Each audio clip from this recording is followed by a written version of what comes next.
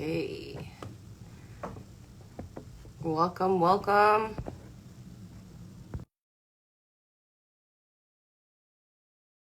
Welcome to season 2, episode 7 of Goddess Talks. Okay. Did I do that properly? Yeah. Hey, there you are. Kemetic. How are you? How are you? Can you hear me? Yes. I can hear you. Yes, Can you hear me? for sure. Okay. Yes, we have some people in the building. Greetings. Good evening. Yes.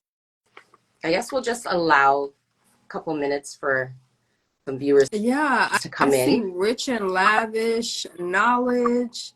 I see Sankofa living. Except to you. Yes. And we in the building. Her Miss So what? Yeah, that's okay. Williams. Yes. Yeah. And Sankofa Living. Okay, welcome. All right. I'm ready whenever you are, sis. Yeah. Okay, let's get started. People will, as they come in, then we can just check our comments and stuff like that. Feel free to leave comments below.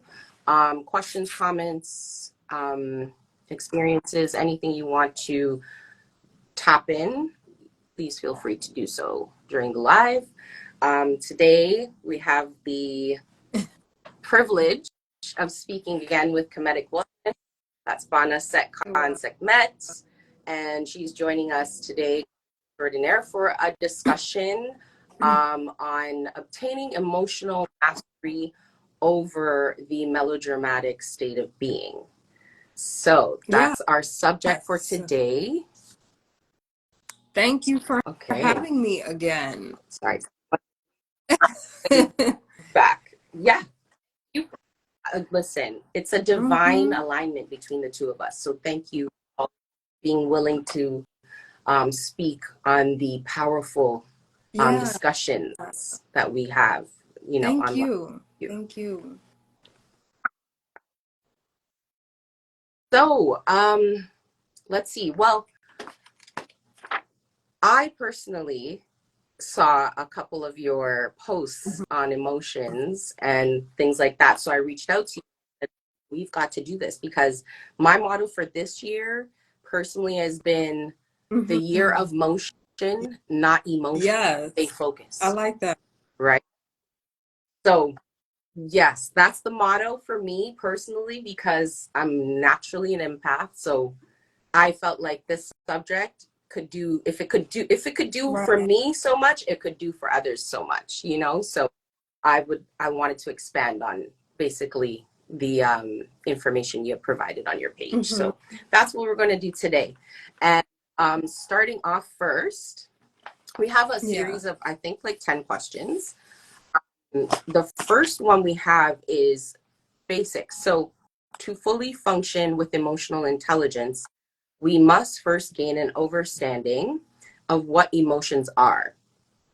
Could you tap in and let us know what you feel to be, what emotions are in your definition? So, emotions essentially are energy in motion, okay? Exactly what it sounds like. Emotions come to us to give us information about our environment, about the things that we're experiencing, about the people that we come into contact with. And we are supposed to take the information that comes from the emotions that come up and respond accordingly. So that's the whole purpose of emotions. The problem is when people do not take the lesson of the emotions and they attach themselves too much to the feeling. So you get a particular feeling about something and you get so in your feelings, so deep in your feelings and so attached to the feeling, that you don't take the information that is giving you. So for example, when you're with a particular person and you feel very safe around that person, you feel very comfortable, you feel at ease, that is giving you information about the person that you're with, that this is a safe person for you, you know? Right. If you are with someone and Yes. you are always angry, you are sad, you feel very insecure, it's giving you some information either about how the person is treating you or maybe about something that you need to look at within yourself. Because sometimes it's not something that the person is doing to you. So I don't want people to think that, oh, this person make me feel insecure. No, sometimes you just got your own insecurities and that person is bringing it up. You understand? So that's the whole purpose of emotions, is to give you information about what's going on within you, and it's up to you to examine them and respond accordingly. You know, because I hear so often people will say, oh, well, Right. you made me feel this way. And I'm like, that's not, Right. although I understand what they're trying to communicate, not the right wording for what they're saying, right? Because no one can make you feel a type of way. Yes, they can do something that incited the feeling in you, but you decided to feel a certain type of way about it because you could have made another decision to let it roll off your back or to let it, right? So once you're in that awareness space, actually see that it has nothing, no matter what anyone's doing to you, it doesn't have Right. anything to do with them Right. making you feel a kind of way, trying you, but why are you inviting Exactly. that to affect you, Exactly. you know? And that's the whole Yeah. point of So, emotional mastery, is to get a better degree of understanding about the things that we are feeling and to get better control over our lives. So you don't have somebody pulling the strings, because once you're that person that you're over emotional, people will try you over and over again just to get that hit. Like, I know if I do this, it's going to make her just go yeah. crazy, you know? Yeah. You love the reaction that they Yeah. can stir out of you, Yeah. right? So, Yeah. yeah, if you're not in control of your emotions, that means someone else is. Yeah. Mm-hmm. Absolutely. So it's almost like emotions are like complex reaction patterns Hmm. in a sense. And, you know, have to um like kind of understand the psyche a little bit for us to be able to control or to create new patterns or Right. ones that I serve like the us way you better. put that. Yeah. Thank you. Yeah.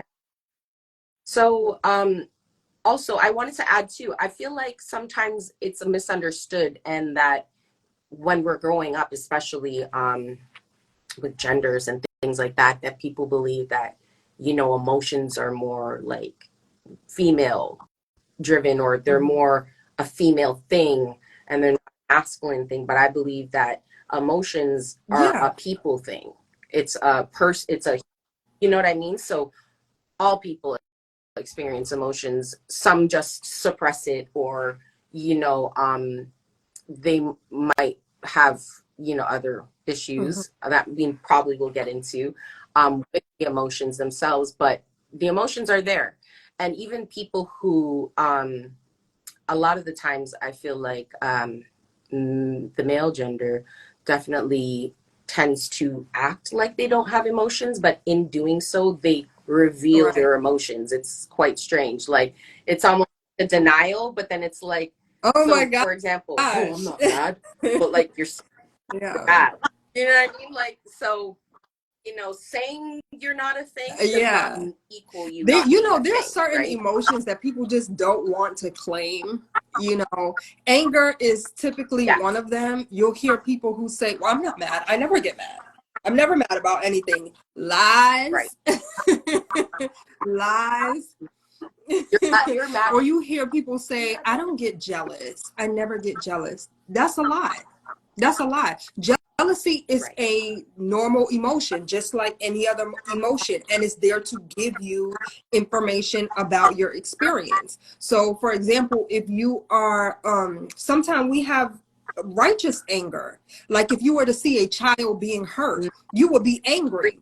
A normal person would be angry, and that's supposed to spring you into action to protect that child.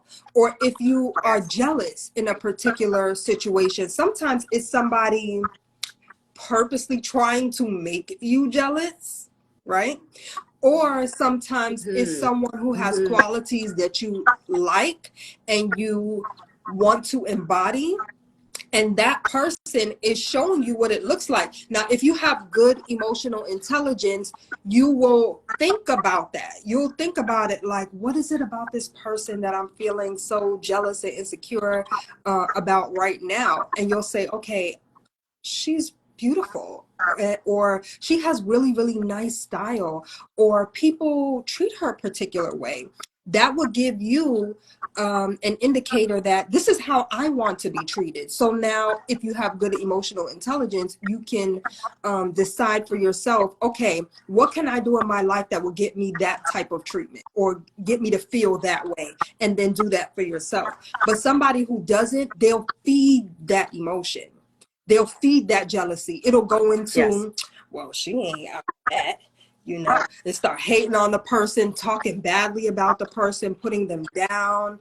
And it can spiral. Like any emotion that you do excessively, it can spiral into something else. People end up enraged over jealousy to the point of even harming someone Yeah. because of it. So, Right.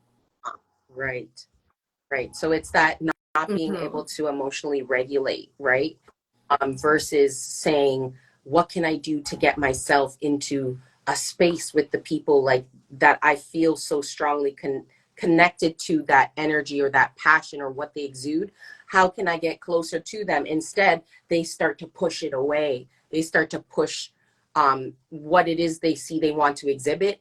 They want to push it away in other people when really we're mirrors and we're acting as mirrors. And that means that, if I see you and your greatness and I'm trying to be right. great, I should lean more into that and recognize, hey, this is that feeling. And what can I do to, nurture the feeling versus, yeah, just like a Yeah. total, it's a mess on the other end. Let me Yeah. tell you, it's a mess. The not regulating the emotions is, yeah, we gotta, and that's why we're having this live. We have to have more Yes. discussions on it. I feel like, honestly, men and women, gods and goddesses, we are unintentionally Yeah. hurting ourselves to Yeah. death nowadays. You know, this is this is partially why I feel like a lot of us, we have to deal with these types of things in silence, or we don't have healthy ways to resolve Yeah. the emotional And issues I'm that we have, actually really right? glad that you approached me about this specific topic. I did not expect that. I did not expect that because it wasn't, I don't know if it was the main thing that I was talking about. I did do a few lives about it because I do have people who come to me on a regular basis who have issues with emotional control. You understand? But Mm, you coming to me and wanting to elaborate on this topic, I got to see how important it really, really is and why I brought it up in the first place. So I am glad that we're having this conversation. honestly, Sinette, it's a widespread drawback that we have in the culture. Like a lot of us, we haven't resolved this part in the culture. You know what I mean? So if we're talking about, healing being in our culture, then we have to address this part because this is a big, big part. You know what I mean? Um, I think that a lot of people just don't have the the understanding of what's really going on and why they do feel the way that they feel, or how to deal with the way they feel. They just feel how they feel, and then choose these ways to Mhm. deal with them that are just not healthy, and actually get more into Mhm. that. So let's move on to the second question, because I know Yeah. we touch on a lot of this. So the second one I have: are emotions healthy or toxic for us to have and exude? And what would you say is a healthy emotion I versus a think that's a toxic very, very emotion? good question.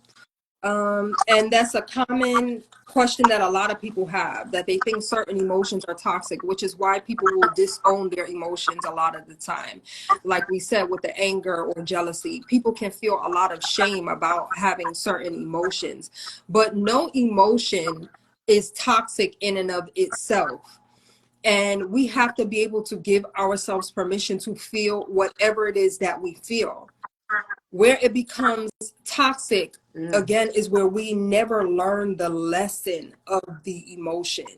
Like, you'll see people who are constantly spiraling in a particular direction because of a certain emotion, because they never learned what the emotion was supposed to teach them. So, for example, go ahead, you're about to say something. No, I was just in agreement. So you're touching my spirit with this one.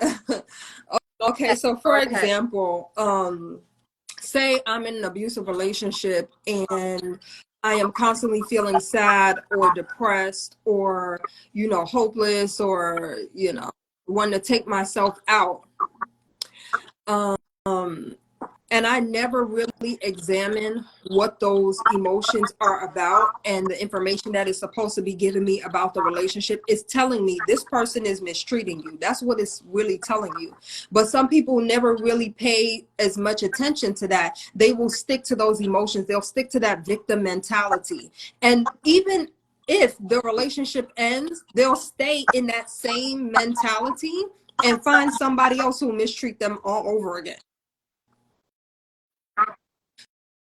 So that's an example of not learning the lesson of the emotion. The emotion was supposed to teach you something about yourself, about what you are accepting, about the stories that you're telling yourself, about how you view your life, about how you view others, about how you view relationships, about lack of boundaries. It was supposed to teach you something, and you were supposed to take that information and move accordingly in your life. And from there, develop boundaries. And from there, be able to discern who comes into your life a lot better. But some people don't do that. They don't learn the lesson, and they keep experiencing it over and over and over again. So sadness in and of itself is not a toxic emotion. It's not, because you were supposed to feel sad if somebody is mistreating you. You're supposed to feel sad. It's letting you know that this is not appropriate, what's going on here. Yeah.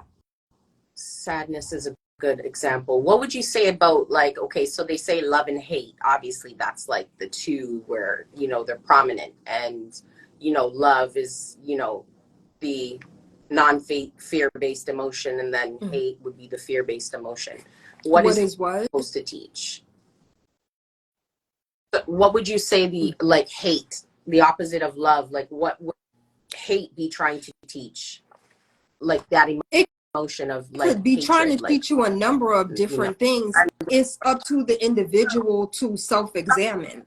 So you have to actually sit in it and feel the emotion and feel it.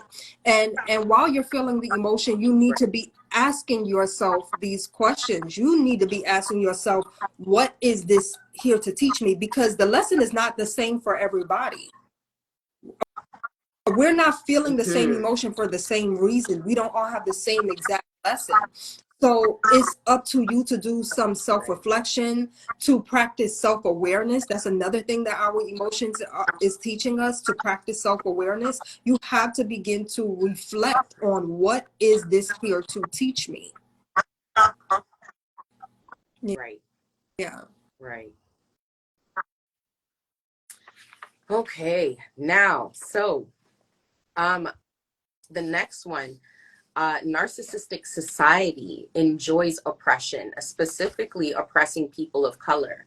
And therefore, some groups of people are automatically more predisposed to the experience of toxic emotions like fear and disgust versus healthy ones like joy and surprise. Do you think emotions have outcomes attached? If so, what are some of the most powerful emotions? Well, yes, emotions definitely have outcomes attached, but this also goes back to not learning the lesson of the emotion.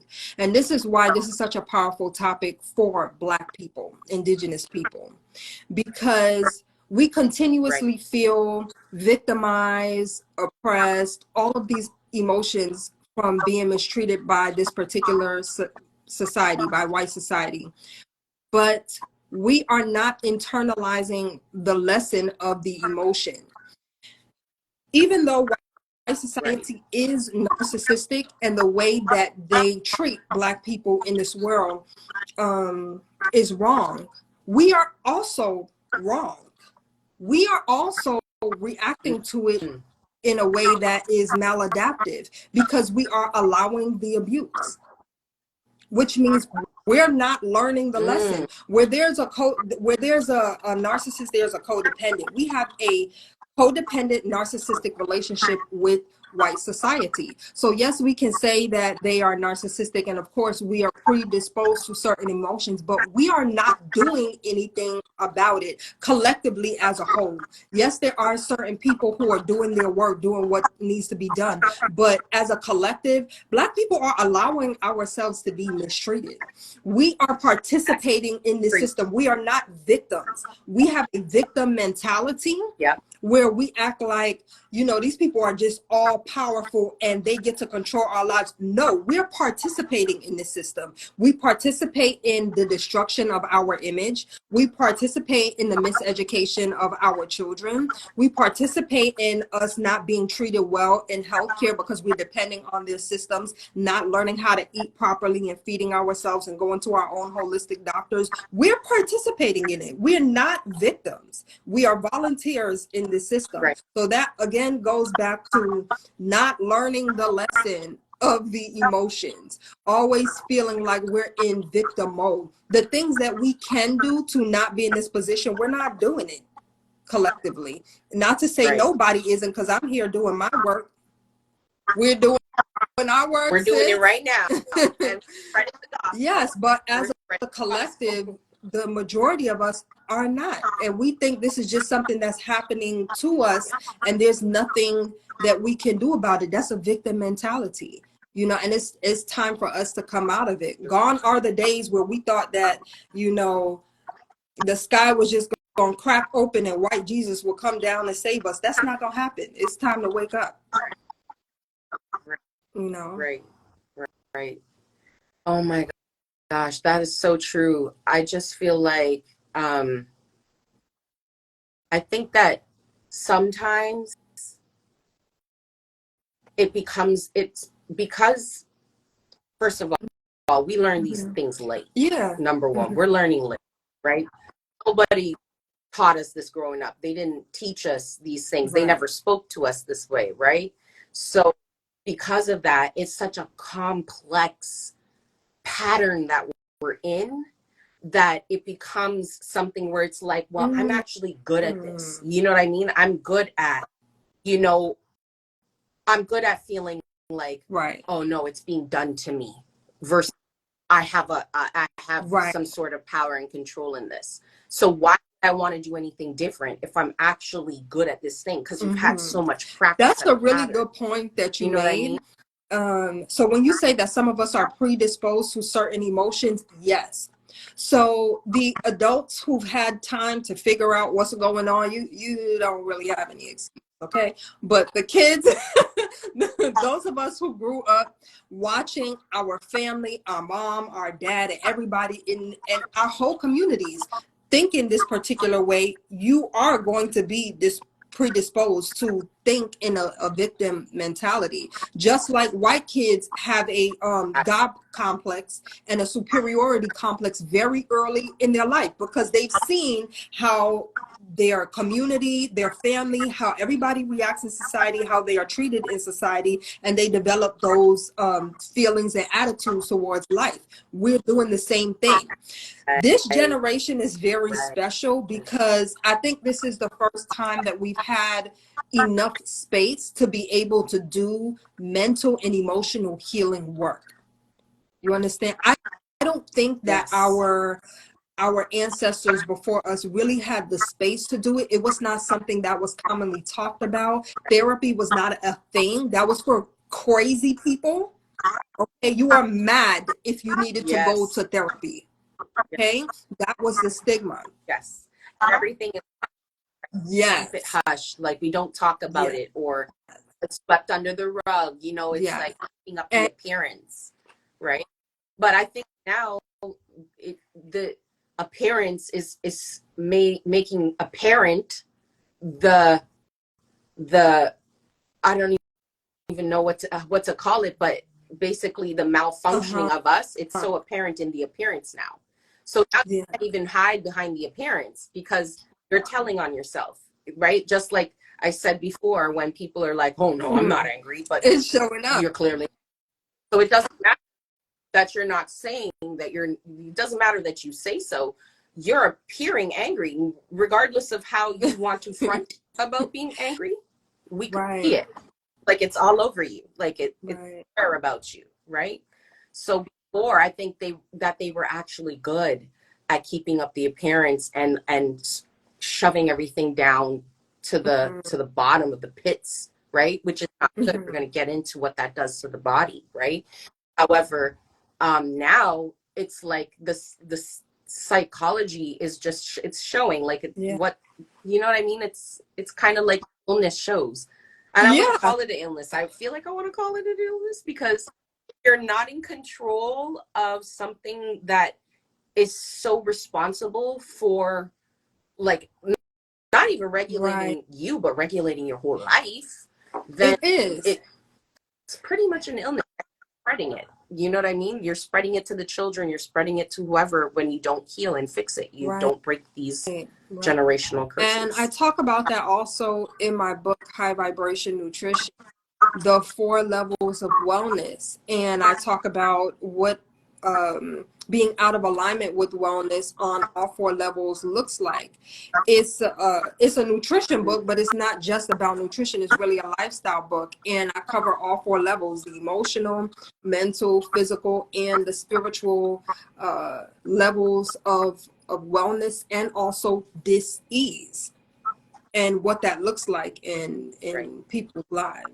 So yes, it is a disease Yeah. when you have um, exaggerated reactions to certain things, where you are completely out of control when it comes to your emotions, where you do not have the ability to regulate your emotions, or where you have an excessive outpour of any emotion. It is emotional disease, and it'll show up in a number of different ways.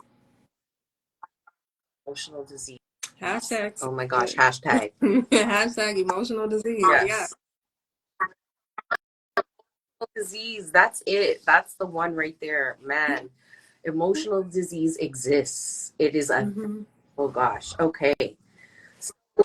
The next question then would be, in our culture, we often hear the use of the word triggered to describe when our emotions have been provoked in daily interactions. And so often when we talk about being triggered, we talk Mm-hmm. about it as if it's someone else's doing.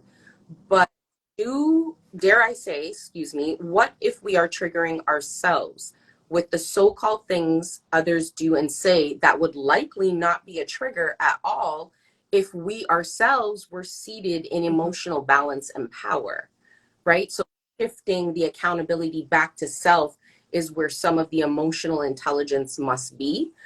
Because what if we are the ones willing to allow our buttons to be pressed at times and Yeah. refusing to acknowledge Yeah. it? I do hear that a whole lot. I'm triggered. And a lot of people are avoiding triggers where they actually need to just allow themselves to be triggered. Because, as I said, the emotion is there to teach you something. And if you keep avoiding the trigger, you are also avoiding the message that comes along with it. What people usually mean when they say that they're triggered is that this person, situation, experience brings up something, an emotion in me, and I don't trust myself to be able to control my reaction. It's hitting me kind of deep. It hits me kind of deep when I Mm, think about this, and I haven't yet gained the skills or mastery over my emotion, especially in this particular area where I would be able to respond to that without losing it. Yeah. Yes. And so, you know what? I came up with a little personal scenario for this one because I feel like this question was more of a personal one for me We all because I have. think I've been guilty of this at times. No, Okay, good. I'm not alone. all of this is normal Goodness. human stuff. Okay, great. I don't feel like a normal human sometimes when, you know, I'm working through my stuff, but that's the thing. It's like I know that I'm going to get to normalcy if I keep working. So this is why I'm allowing myself to be honest and transparent and authentic out loud, because I feel like when we heal out loud, that's us taking accountability and allowing other people to see we're taking accountability and we're actually working through something versus me working through it inside by myself and no one has a darn clue. You know what I mean? Then it's like, anyhow. So here's my scenario. Said that most of my life, I've been so busy in rescue myself mode that that I'm not quick to help other people a lot. Not even in a selfish way, but in a preoccupied way. So growing up, there were many situations where little me needed help and it was only me there to help her. So I figured I can't depend on people and must defend myself. So maybe they shouldn't depend so much on me. And however, I want to be able to ask for help and I want to offer help, as well as I want to know how to give help and to receive it without feeling as if it's awkward, right? So the thing is, people have complained that I wasn't there to help them or that they question if I would be there. And that's valid because perhaps they sense that I'm not used to functioning in that manner. You know what I mean? I would instead evaluate if that person actually needed me to step outside of rescuing myself to rescue them. And then if what they're going through is in fact worthy of me stepping out of my zone, then I will. You know what I mean? And so this is my whole, like, sometimes we say, oh, I'm being triggered by somebody. But really and truly, like if I had seen that complaint of, oh, you're not helpful or you don't help people, I could be triggered, right? I could say, what do you mean? And you know, react in a way that Or is defensive. A unconscious lot of or people not are. aware, right? When you show them something about themselves they're not ready to look at. Exactly. But instead, I looked at it and I said, I think this trigger is one of my own. I think there is validity to what's being said to me, and that I actually do have deeper work to do because I do want to be a person who is more helpful and more compassionate, but I didn't realize how much I actually am stuck in a pattern that is not fulfilling what it is that I would like to give or to portray, right? So sometimes I feel like switching the trigger is really yours. It's yours. It's not anybody else's. You know, even though it's coming through someone, it's not them doing it to you. This is you not having worked on something that is coming up, like you said, to show you what you need to work on, right? So for me, I definitely feel like it's valid. If someone says that to me, I'll be able to actively listen and hear them out and say, you know, well, you're right, and I need to work on that because this is where it's coming from. A You lot know of what I'm courage to saying? do that. It takes a whole lot of courage to do that. Not everybody has the courage to evaluate themselves in that way, especially when something is brought to their attention that challenges the ideas about themselves that they had, the image of themselves that they had. People can tend to become defensive. So it takes a lot of courage to do self-reflection, and sometimes it doesn't happen in the moment. I think if you develop these skills over time, you can do it a lot quicker, where you can notice in the moment, like, this is me and I'm tripping right now. you know, and you can kind of reel it in. Right. But if you have not done the work, you'll tend to be more and more reactive, especially if you have a tendency to avoid self-awareness and self-reflection. Yes. Yes. Yeah. So that's where the power is, actually. That's where the power is. A lot of people give their power away, talking about you triggered me, you triggered me. You are allowing other people to control you.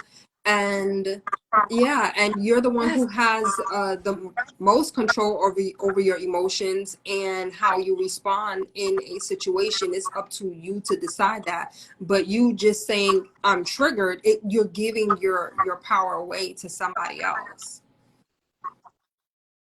Preach. Yeah. It's almost like the Yeah. excuse that you're going to hide behind. I mean, it's like it's easy for you to just push it off on Yeah. someone else. Oh, I'm triggered. You triggered me. You know, it's what Right. you're doing. It's what you're saying. Not, hey, the trigger, thank you for that, because I didn't know this thing was in Right. me that I needed to And take then a the look thing at. is, You know what I like, mean? you got They, triggered, and then what?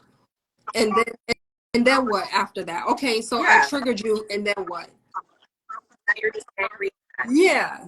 Just sitting You in know what I anger and mean? mad and But frustration. once you get into the habit of self-reflection, you can see what to do with that trigger. You can develop skills in terms of how to respond. Sometimes it just means you don't deal with particular people anymore. Sometimes it really is that bad.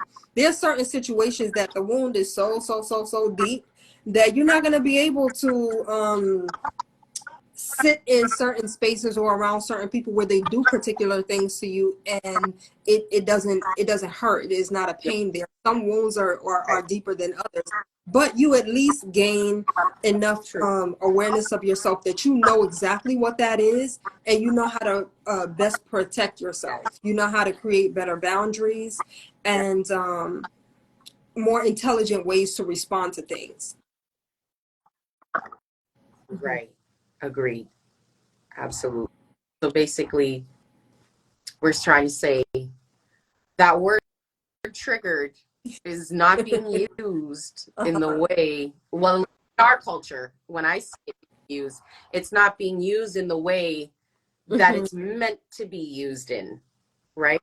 It's actually a scapegoat. It's like trying to of Yeah. it's a tool to avoid and further avoid like what it is that's actually going on inside. And that's not an emotionally healthy thing to do. You know what I mean? So yeah, that's good points. Good Good points again. question. All right.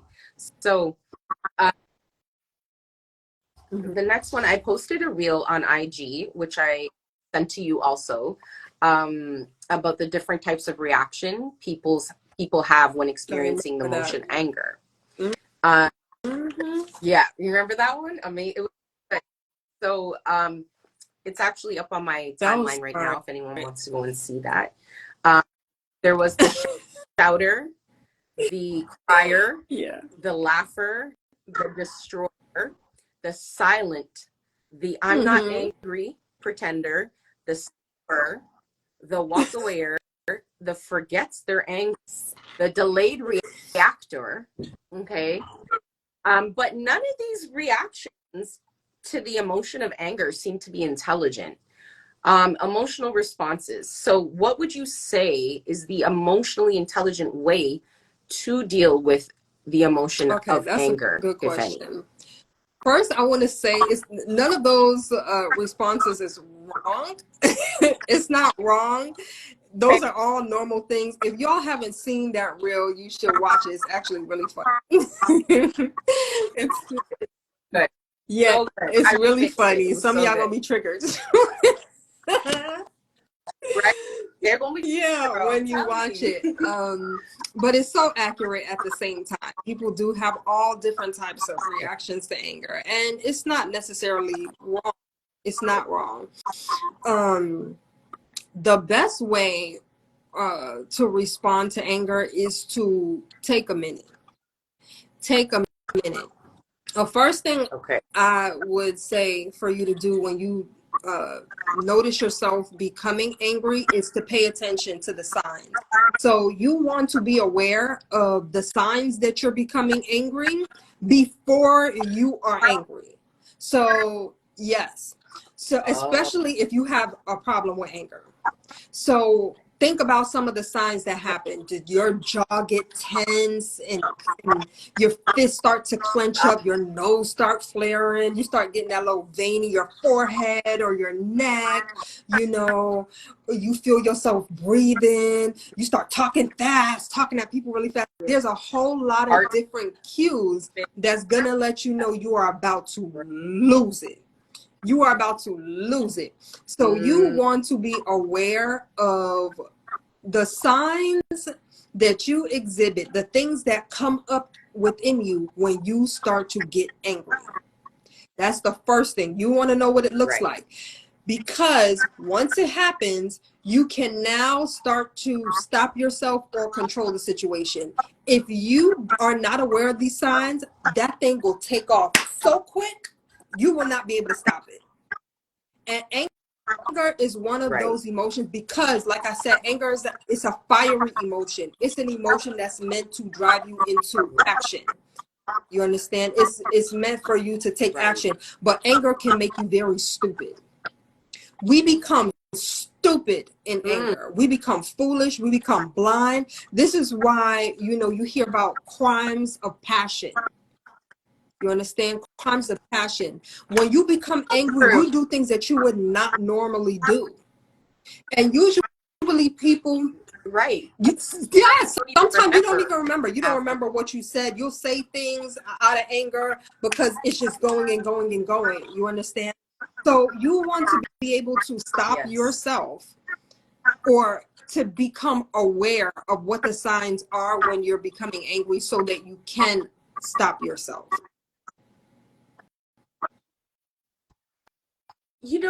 It's so interesting because Uh-huh. in that reel, a couple of those approaches, I always thought like, hey, like the walk away, That's I've not a been bad hurt, thing to you do. know, Sometimes you need to I've walk away from the situation. That's a part of, yes, that's a part okay, of the process. But I'm gonna let you finish that and go into it. okay, because what I wanted to follow up with that was that, but is the walking away the part that we're saying is a good thing, or is it like you said, the taking a moment, which doesn't really require the walking away, because you can take a moment Mm-hmm.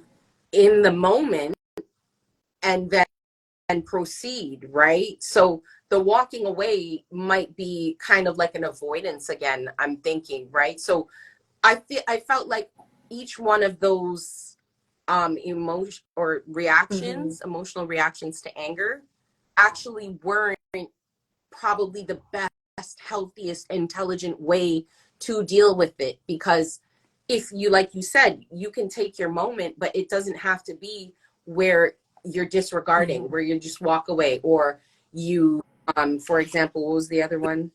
The silent one. Oh Mm-hmm. gosh, the silent Yeah. treatment.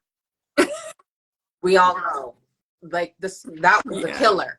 You're talking to somebody, you're passionate, Uh-huh. you're there trying to get a And response. they just go silent. Yeah.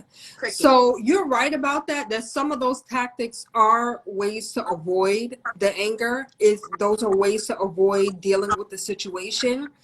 It depends on the way that you do it sometimes though.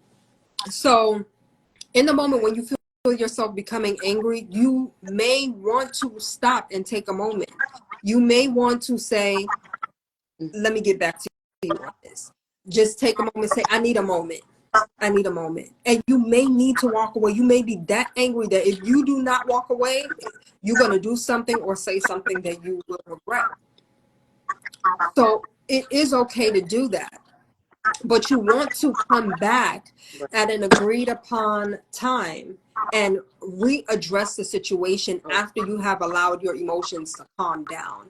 So that's really the proper way to deal with anger. Like when you start to feel it come up, you want to stop and take a moment, and you may need to go for a walk. You may need to walk away. You may need to just tell the person, listen, I need a moment. I need a moment. I'll be back. Right. Give me 5 minutes. I need 5 minutes Right. right now. I need 10 minutes. I need 30 minutes. Mm-hmm. Okay. And Right. mm-hmm, Just be specific. Like, be honest mm-hmm, with what you feel right, you need, and then communicate right. Be that. honest. And you need to be able to Mm-hmm. give people, when they're angry, that space to do it, because otherwise you're going to get a reaction that you don't like. A person is, when you're angry, it's a very difficult emotion to control. It's something, like I said, that's so fiery. It's like you just light the whole place on fire. You will light the whole place up with that emotion. Yeah. So you need to give people the space to walk away if they need to in that moment, and allow them to rejoin the conversation at another time. And in that time where you walk away, you need to be doing some de-escalation things. Like, you need to be doing some breath work. Take some time and do some deep breathing work. I just put up a deep breathing video on my YouTube channel. It's called Sacred Breaths. So it's teaching you a Ooh. technique on how to breathe properly. That is very useful when you are angry. And then when you are cool Right. and level headed, that time can give you a different perspective. You know what I mean? It'll give you a totally Yes. different Yes. perspective. So actually, so it's like actually being intentional, saying to yourself, this is Mm-hmm. something I know I need to resolve. I need to not resolve it with me, but with another person. So in that moment that I choose that 30 minutes to take away, I'm going to be intentional with it. And I'm going to actually go to do some self-work practices that will help me regulate, Mm-hmm. first of all, how I feel, and then Right. how I communicate Right. it. And then there are some things that you can do when you come back to the conversation, to communicate with the person, that also keep the conversation calm. Like you want to use Mm, more I statements, speak about yourself rather than you statements, because you're going to make the person feel defensive and like you're blaming them, and that can aggravate the situation even more. You understand? right. So it's things like that. Yes. There's certain Agreed. techniques that you can use in the heat of the moment when it comes to anger, that de-escalate. There, you have to learn de-escalation strategies, and it's a skill. Emotional Right. intelligence is a skill like Yeah. anything else, and you can use it in every area of your life. All of your relationships, you can use it in your romantic relationships, business, because people are going to piss you off in every area of life. So. You got it. Yep. And it's so interesting because you would think we learn about Mhm. different types of skills all the time, but why aren't we learning about emotional regulation if this is an actual skill? Like, who knew that they have books on emotional intelligence? I had to go buy one when I was losing Mhm. my own intelligence in Right. way, right? So the fact that it's actually Mhm. so important, but we learn it so late in life, you know what I mean? You're learning this as you're growing, or you know what I'm saying? Like, it's math or in a subject in school, right? Like, then we would be able to have so much more healthier communities and societies in that way. So it's Mhm. almost like it's kept, And it's this like is why hush it's hush. our job. Like I was saying before, our previous generations didn't have really the space to be able to do this kind of work. We're very gifted and anointed in this time to be able to have space to do it. So, I always think of, some people want to give their children physical things that they never had. They want to buy their children jewelry or Louis or Gucci or, stuff like that. I actually want to give my children information that I didn't learn, that I learned later in life, that had Yeah. I had earlier in life, I would have taken off so much sooner. You understand? Emotional control is a valuable, actually, I want to say it's an invaluable Man, life skill. It's priceless. it So is. it's It something really that is. you're learning. It really. Them babies need to be learning it earlier, because we know that they're not going to teach that to children so much in schools, unless you have a it's a maybe a private school, a particular school that's thinking about things along those lines, but the majority of them are not teaching these things. And the reason for that is that you can't control people who have mental control and emotional control over themselves. Like I said before, if you don't have control over your emotions, somebody else does. And they're always manipulating our emotions through media, through TV, through food, music, all of these different things. It's easy to control people that way. They don't necessarily want you having emotional control. Yeah, at all. They don't. And they don't, obviously they don't feel sorry about Yeah, it. Sorry, nope, not a topic in school for you. Hidden in a book, or you got to right, do your own right. digging for that. Oh boy, I just love this comment here. Yo, sister, you ladies are radiating and becoming and beaming Oh, with life. The oh, energy is give hot. thanks. Thank you. Yes, thank you so I much. I Ooh, am not seeing. what other? I can't see Yes. that comment at all. I don't know why. Oh, I'm scrolling. I'm like literally going back. I think that's Yeah, why. I did too. Trying to see. I don't see it. Rich and lavish knowledge. We do give away our power when we react in that Why way. am I not seeing anything? Like I don't see any comments. Really? You know, I'm like they're kind of quiet No in here way. today. I see they watching, but what's going on? No, there are I am comments. not Oh seeing yes, any of these plenty. comments. What's going on? Instagram, come Instagram be through. Come playing on. games sometimes.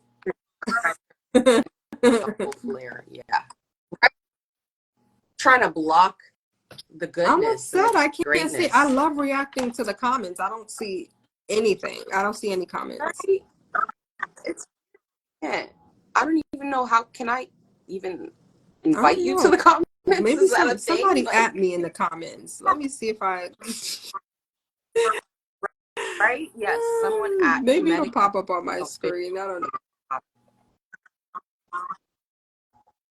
They playing games, empresses. Oh, See? Yeah, let there's me type comment, something. right? I see my Because that is comment. weird. So Instagram They always hate hate me. it. Anyway, I guess you'll have to tell me what the Anyhow, comments they're are. out You'll for have to tell me. for I'm sorry, yeah. y'all. I wasn't ignoring you. I didn't see your comments. Yeah. Oh goodness. Okay, where were we? Okay. I don't know if we you know what? We always end up Mhm. answering questions ahead of time because we're but we'll go through some more. The general question others would be living to know is how does one become able to healthily resolve any conflicts? But I would go deeper as to say, how should one handle emotions and in what spaces? In other words, how can one safely release heavy emotions to gain sustainable emotional power and avoid emotional dumping on people and in the Okay. wrong environments? That's a good question. And I like how you say what people are living to ask. Dying. They That's dying to right. hear That's you. important, sis. So I would say that self-awareness is the key to emotional. Okay. Um, self-awareness is the number one key. We have to give ourselves permission to feel everything that we feel, allow ourselves to feel whatever it is, and then work through it. Okay. Um, in terms of being able to gain emotional power and control, it starts there with the self-awareness because a lot of people don't even have the courage to do that. People who you have the most Mm, turmoil with, you know, like in relationships, a lot of times they don't even want to look at themselves. They don't want to be honest with themselves. Just having the courage to be honest. Then after that, you have to gain the skills. So we talked about certain skills already in terms of what to do when you are very angry. You have to gain these skills just like any other life skill. And it's an important one that can change your relationships. So Um, one of the things that I would say that you can do, this is one of the first things that I started to do with developing more emotional control, is to be aware of what emotions you are feeling. So I don't know if you've ever seen this thing called a color wheel. Color wheel. Sorry, I'm lying. Mm-hmm. It's in color. Yes. It's a feelings wheel. It's a feelings wheel. Okay. Okay. It's a feeling. Okay. It's in But is color. it So my in mind was color? thinking of the color. So it's Yeah. a feelings wheel. I first came across a list of emotions. And so you can Google this. You can Google list of feelings, list of emotions, or emotion wheel. And it's going to have a wheel of different emotions in different categories. So like for anger, when you look at it, you'll see anger shows up in a whole bunch of different ways. Jealousy is a form of anger. Frustration is another form of anger. You understand? Or sadness. Sadness can be a lot of Yes. different things. It can be apathy is sadness. So you want to be able to look at what the emotions are and start to name them.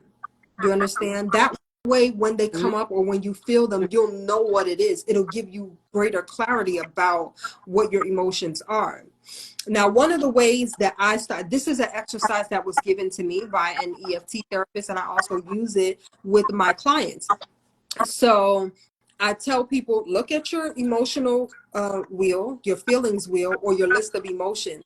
You want to sit down. So this is a meditative practice that you can do every day, just 5 minutes. Sit down and practice mindfulness for those 5 minutes.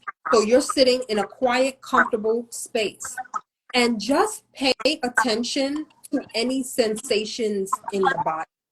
This is what I started doing. Mm-hmm. Pay attention to any sensations that come up in the body.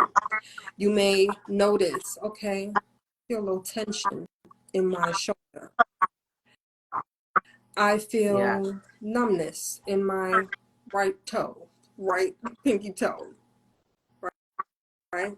So Mm-hmm. you're not assigning any specific meaning while you're doing the mindfulness practice. You're just acknowledging that there is a sensation there. So for those 5 minutes, you're just acknowledging that there's a sensation in the body. Why are we doing this? Because emotions get stuck in the body. And at first, it may Right. be sensation, it may be tightness, it may be numbness. Eventually, it will become pain and disease, especially Yes. when it goes unaddressed. Yeah. So you're going to take that moment to feel Right. what that is. And once you're done with that mindfulness practice, you write down the feelings that came up or the sensations that were in your body. Now you can look at the feelings wheel and see, what is that feeling? What's the emotion that corresponds to that? Then you start to get some ideas about what emotions you're feeling on a regular basis and how it's actually affecting you physically, how it's showing up. I guarantee you it is showing up in your physical body. Like you may have, so for example, somebody had made me aware of this at one point. She said, do you realize that, I think it was the left shoulder. She said, do you realize that the left shoulder is higher than the right one? That you do this a lot? And I was like, no, I don't. I was like, no, I don't. I do this one like that right now. Yeah. And she was Ooh. just telling me, that is the masculine side of the body. It's a protective mechanism that you may be feeling like you need protection. So you do this a lot. And you don't even realize it. You walk around with tension in your shoulder all the way up here like this and don't even realize why that's happening. You have these sensations that's in your body the whole time, but you weren't aware of it. Oh my gosh, that's mind Yeah, it blowing. blew my mind when she told me. And when I started doing this practice of feeling the different sensations that was in my body, it made me more aware of, even pains that I had. Sometimes it's not a physical pain. That's why medication can't always cure it. It's emotions, stuck emotions. Ooh, sis. Yeah. What? Sometimes Yeah. a physical pain. Wait Yeah. a second. Hold on. Because it is a physical pain, but it's not something that is from the body. It's something from the emotion that is Yes. getting trapped in the Yes. body. You see why I always work on all 4 levels of wellness? Because where there is an imbalance Yeah. in one area, it will create imbalances in other areas. This is why I don't just talk about, see, I have a book here on nutrition, high vibration nutrition. It's not Yes. just a book about nutrition. I'm Yeah. talking about all 4 levels of wellness because they affect each other. Wait, so can we just hold on? Because this might be that one Okay. moment in the live where this is my takeaway. So I'm sorry. I just need to try to visualize and understand how the emotion gets in the body. Okay, That's a so good we're question. talking about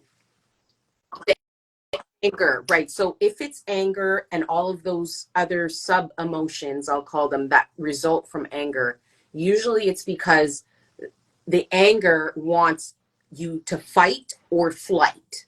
So if you don't fight and you're not running, it gets trapped. But how does a non-physical entity get into a physical entity Great and cause question. pain? I appreciate that question.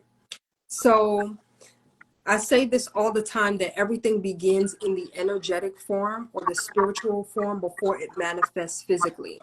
And it will manifest physically to bring your attention to the unhealed energy, the energy that needs to get your attention.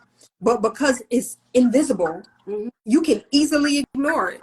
It has to Right. make itself tangible in order for you to pay attention to it. So thoughts become things, emotions become things. Whenever you have a particular thought pattern, it's your thoughts that lead you to have emotions. And remember, I said emotions are energy in motion. From those emotions, Yeah. biochemical reactions are created in the body that release certain chemicals. So this is how these things actually become a thing, a physical thing in the body. Yes. Chemically. Your emotions create chemical reactions in the body. This is how it becomes a physical thing. Now, when that happens time after time after time after time, it can actually become not just a pain, it can become a physical mass like a tumor. Do you know Yeah. how many women have Yeah. tumors of the breast and of the womb because they Yep. have emotions, And unhealed emotions from sexual trauma that was never yeah. addressed. Preach. It doesn't go away. It My doesn't God. go away until you address it.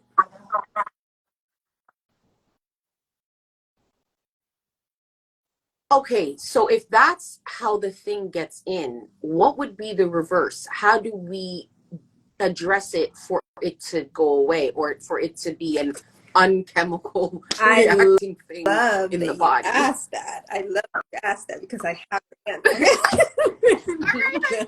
the answer. So, I'm soaking this all in, by the way. Like you're oh, good my things, like good things. So this is where Kemetic Reiki comes in. Okay, this is where Kemetic Reiki comes in. The best way to address these types of things is to work on it at the energetic level. When you work on things at the energetic level, you are bypassing the conscious mind, which really can get in the way a lot of the time. That's your logical mind that think it knows it all. That's where your ego is. You know, that part of the mind I will want mess to you figure up it out. a lot of the times. Your subconscious mind controls over 90% of your thoughts and your behaviors anyway. So you bypass that and get Yes. to the subconscious by doing energy work. And this is where the Reiki comes in, BaNAuset Kemetic Reiki, which is what I am a teacher Yes. of. You are healing Right. the unhealed energy. You are learning energy work, how to recognize energy, how to manipulate energy, how to release unhealed energy, and how to transmute energy. That's what Kemetic Reiki does. So this is Okay. actually, I'm so glad that you asked this, because I actually have a Kemetic Reiki course that is coming up. I have a Course. program that's coming Yes. up July 11th, 2024. Okay. Mark your Yes. I calendars. know it Mark it seems like it's down. far Come on. away, but it's right around the corner, honey. It's right around the corner. Okay. You say Did I say July, July? but you meant January. Okay, I think you said January July 11th. 11th. I'm so sorry. That's very important. No worries. I knew. That is Yeah. very, very important. So January 11th, this is where Yes. we have the Kemetic Reiki program, where we are teaching energy healing. Okay. It's for both And men for and both women. men and It is a women. 10-week course. Now, Kemetic Reiki is extremely special, because a lot of us, when we hear about different forms of healing, we'll go straight to the Indian medicine. We'll go straight to the Japanese Reiki or the Chinese medicine. We forget that we are the mother Right. and father of civilization. We started this. The The origins origins are are with with us. us. Okay. And this is why I always say your healing is Mm, in your culture. You need your African medicine. right. You need your African medicine. You have Absolutely. to learn it from your cultural perspective, because it's going to hit you totally different when your culture is involved, because it's hitting you in your DNA. Okay. Yes. This energy Yeah. work it goes a lot deeper than just a relaxation technique. It's spiritual work, and it's cultural Mm, work as well. So Kemetic Reiki is essentially, especially level 1, because that's the first level that you want to get into, the level of self-healing. Level 1 of Kemetic Reiki is learning how to heal yourself. Mhm. So it's okay. going to help you gain emotional mastery. It's going to help you heal those the energy that's stuck in the body from trauma that has not been addressed. Right. So you're bypassing the conscious Right. mind, you're getting straight to the subconscious mind, you're getting straight to things at the energetic level and releasing them from the body.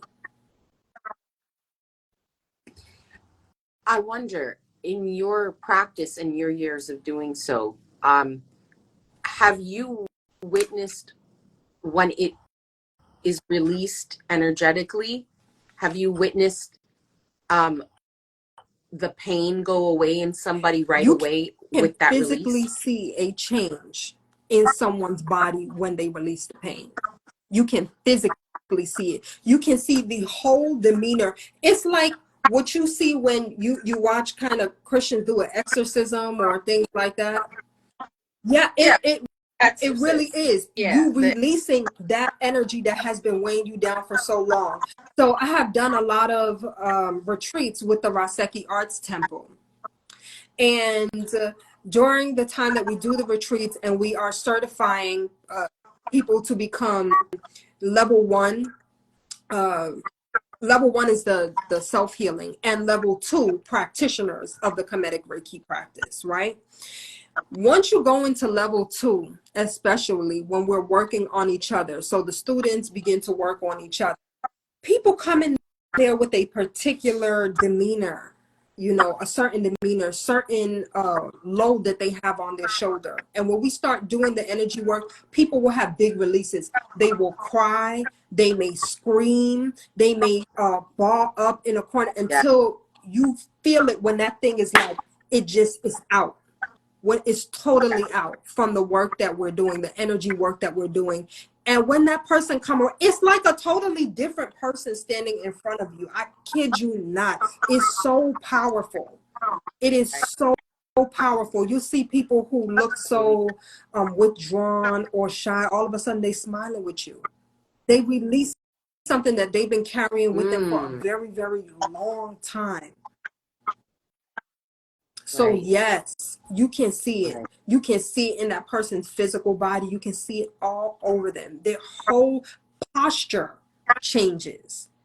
Their whole posture changes. The way that they speak to you again, they gain a certain level of confidence. They gain a certain level of trust within themselves, because a lot of times you didn't even trust yourself to feel the emotion. And sometimes Right. it's that person that's Or like the mhm. quietest in the room.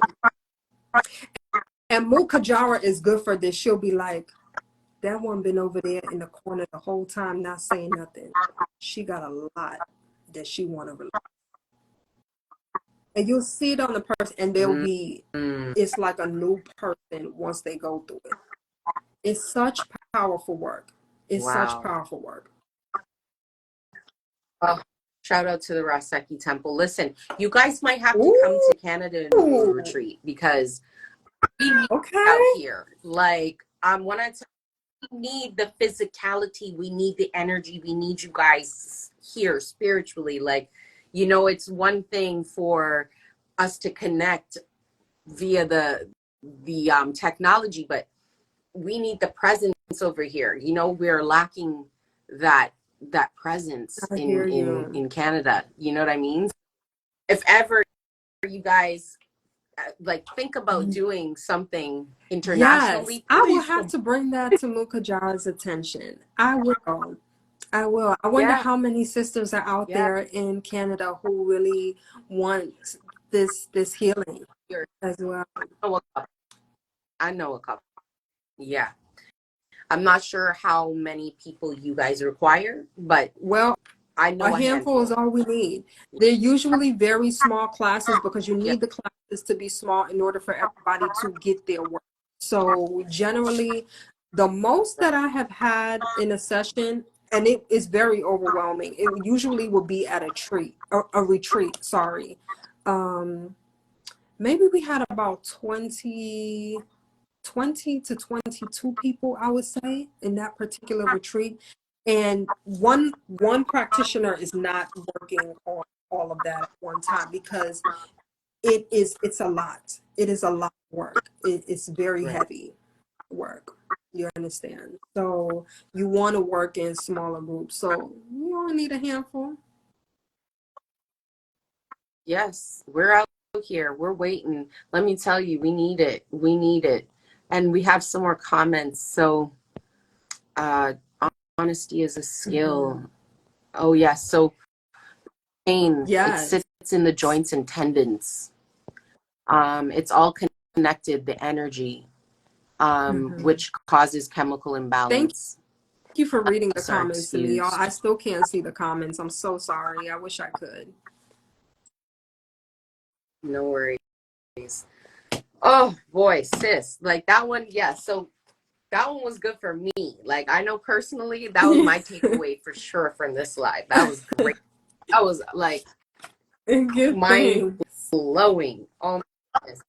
Um, the next one, let's see. You know what? I think everything's going to be repetitive now, but it's okay Hmm. because you can add in little bits, right?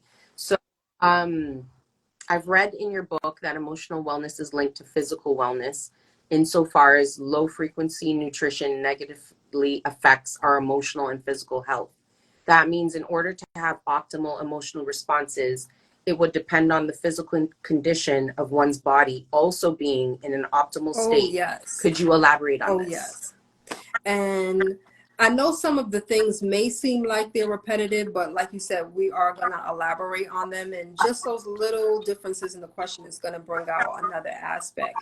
So I'm so glad that you asked this question.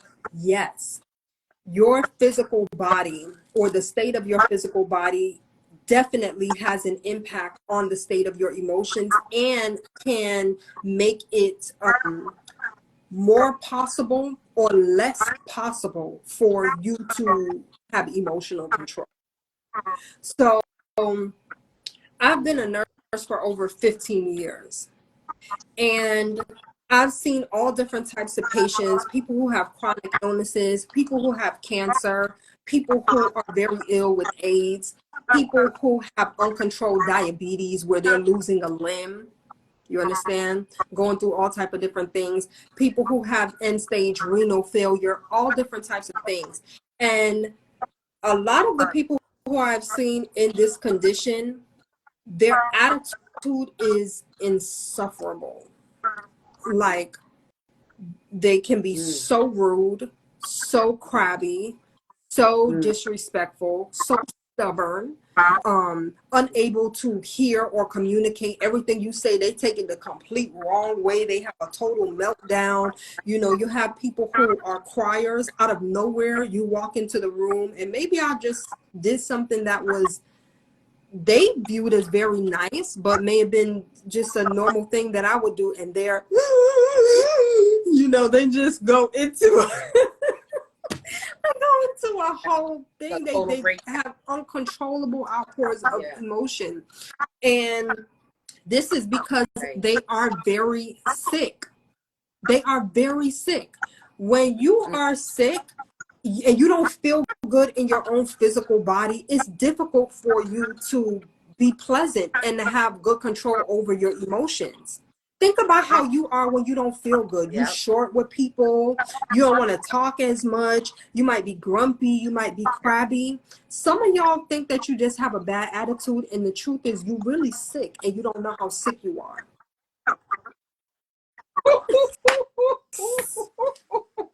I'm sorry.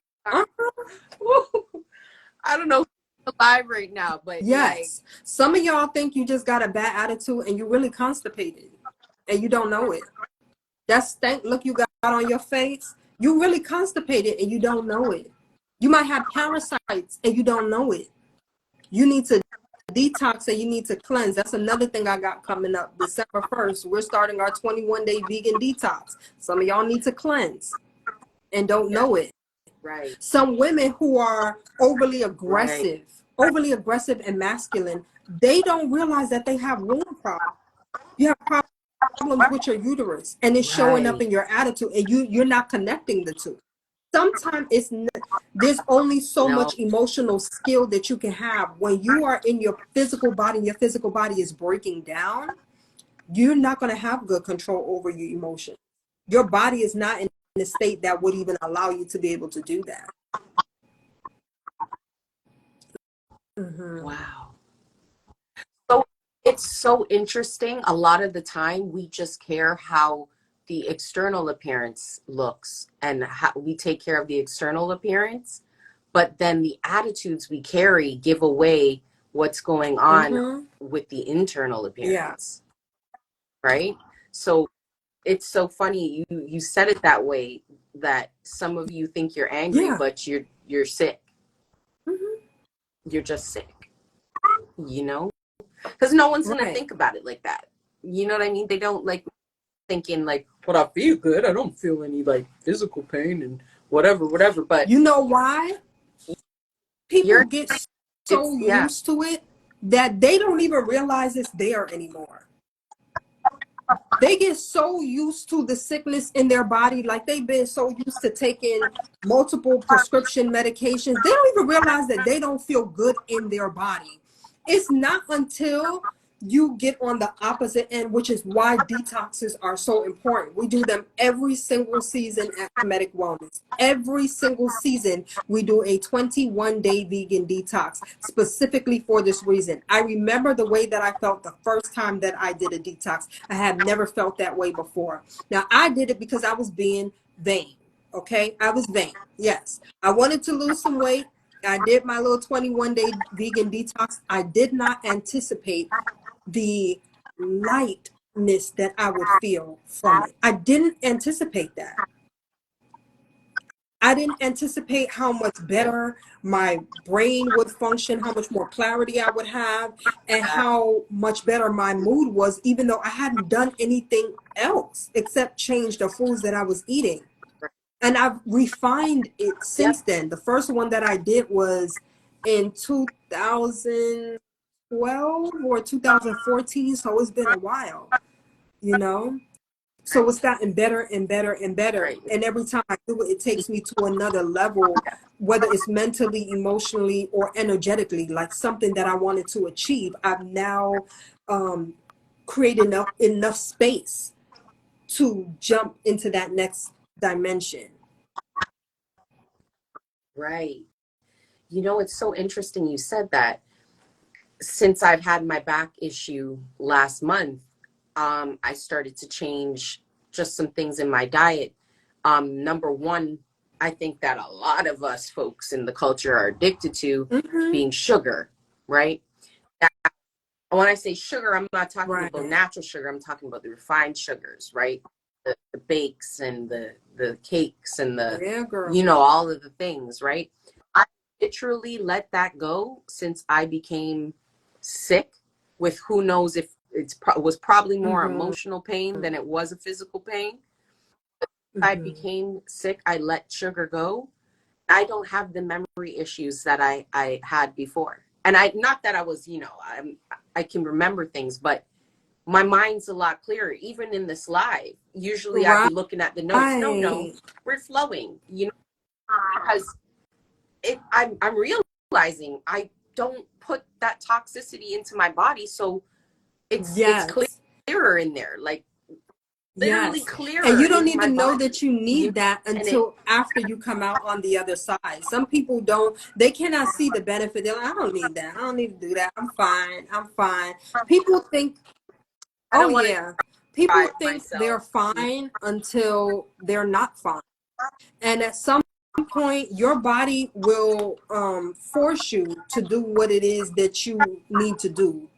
It'll force you to do what it is it's been telling you it needs for time after time. And that's where people get into this space, because as a nurse, I've heard this many times. Oh, you know, they were just fine the other day, and now all of a sudden they had a stroke and their whole life changed. No, they were not fine. Okay. Or somebody will say, you know, my friend or my grandma caught cancer. It don't work like that. You don't just catch these things. They develop in your body over time, and you ignore it over and over and over until boom, your body says, now go sit down and take care of it. Go. That's what my body told me. Go sit down. You can't do nothing else.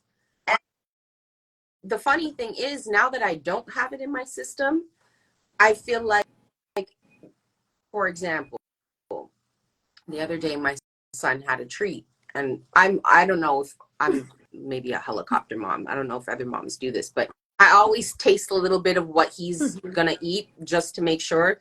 Like, I don't, maybe I feel like if it's gonna be something that makes him sick, then I'll get sick first and I'll know, or I don't know. So I tasted a little bit of his sweets, and right away my body started to feel different in that, like kind of like being held down and foggy brain and just not feeling good. Like my digestive system was not, like the intestines was swelling, and it just wasn't doing what it was supposed to do. So now I'm at the point where I think I'm allergic to it. I feel like I'm allergic to the sugar. I'm allergic to whatever causes sugar. So like the breads and the things like that get broken down and sugars in the body. Like now I feel I'm allergic. Like I can say that. You know what I mean? And I don't know if it's like technically really what it is, but I know. You know what it is? Once you have detoxed from a particular substance that your body was so used to, so you could not perceive the effects that it was having on you, once you detox from it and then you go back to it, you get the real effect of what it's actually doing to your body. You feel it a lot more. You become a lot more aware of it. So I've had that response. I have a confession. I have a confession. So, a couple weeks ago, right? I said, everybody's been talking about Cheesecake Factory and all these chain stores. So we call ourselves going to Olive Garden. I went to Olive Garden with my man. I said, you know what? I'm going to have my favorite dish that I used to have back in high school. It had all type of cheese in it. It had shrimp in it. It had chicken. Girl, I was sick like a dog 2 days after that. Sick as a dog, believe I'm you. still recovering from that. Mind you, I normally, I do not remember the last time that I've had a cold or any type of sickness. But just from having that cheese, that dairy, that meat, and trying it, my body reminded me of exactly why I gave it up and I stopped eating it. Why I Why cannot eat it. you can't. You can't. It's not Yes. physically possible for Yes. you to do it without sick. It literally, as it's being processed in your system, Yeah. it creates sickness. There are foods when they're being processed in your system that create health and you feel it. You're like, whoa, I got like, whoa, like what happened? But these ones, they actually create I, sickness right away. right It's not away. even like Right a long away. And time. before I was eating this stuff all the time, never realized how it was affecting my body. But me Right. not eating it during, I for was all this time and then just let me just have a little taste, I saw the right. massive effect that it had on my physical body. So you can feel it more once you have It's detox so from it. That's why a lot of people think they don't need that. I don't need a detox. I'm fine. No, you're used to feeling bad. You're used to feeling very shitty. just it's Yeah. that habit of feeling crappy. Mm-hmm. Yeah, literally. Or feeling overweight when it's really you're swollen intestines, you're swollen this, you're swollen that, the pressure of overworking and trying to suck the nutrients but can't get it. And Mm-hmm. you know what I mean? Like once your body's not having to do that, Yeah.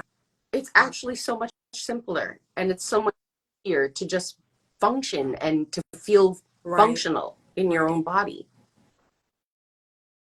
Man, I'm telling you, I don't know.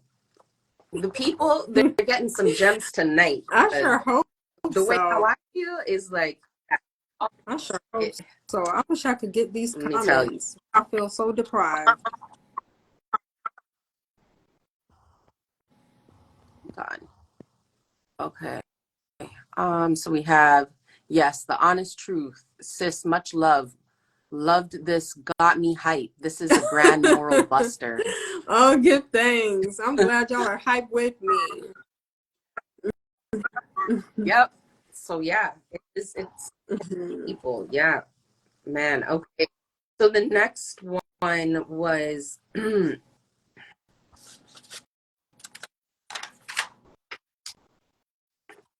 oh, okay. How about empaths and people? Oh, you know what? Before we move on, remember Mhm. that quote I told you? Um, when someone's life is bitter, Yes. they look for sweetness in food. So I feel like that related to the last question. So when someone is eating sweetness to replace Mhm. the fact that their life doesn't feel good, act in this way doesn't change the bitter feeling. It just creates more of Mhm. an unhealthy circumstance. If we're looking for sweetness in food rather than exercise, in compassion, in eating life Mhm. sustaining versus life threatening foods.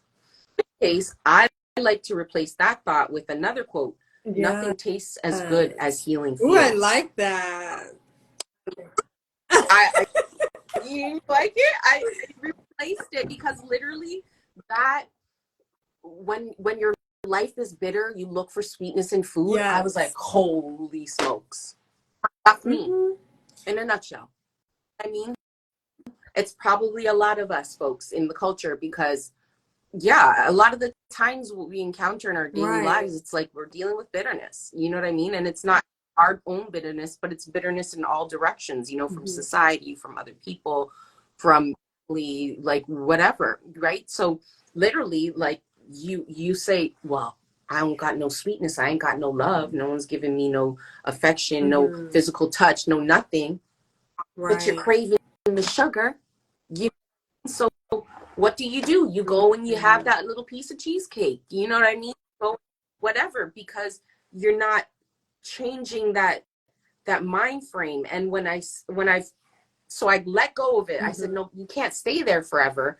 Now it's gonna be nothing tastes as good as healing feels. And then I've replaced it and I keep that with me. And so now I'm okay.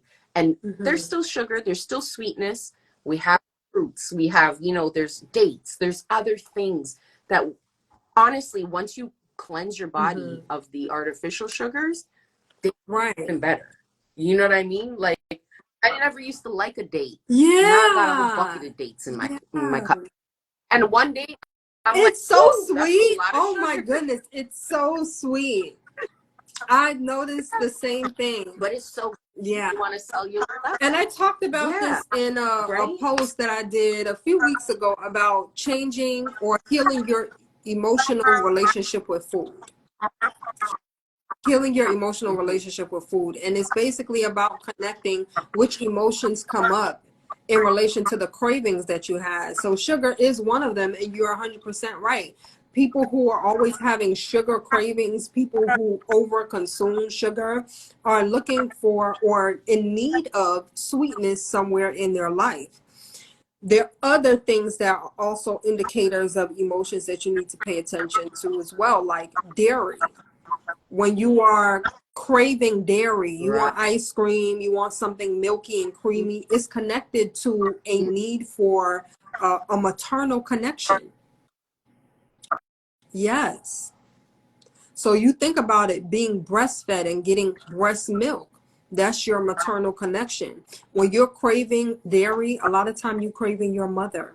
If you had a mother who passed away or you had a poor relationship with your mother, you may need to connect with those feelings or address those feelings if you are consistently craving dairy foods and it's a craving that you can't kick. Right. Mhm. Whew, let me tell you. Okay, girl. Well, so next question. We have a couple more. You know what? I didn't even know Instagram allows me to go I didn't live for either. this long. I almost forgot we were on Hour and here a this long. half, and we're still going. Let's guys.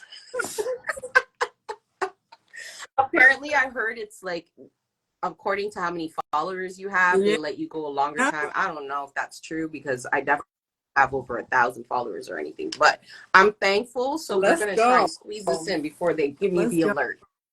Um, how about empaths and people who are just naturally more sensitive?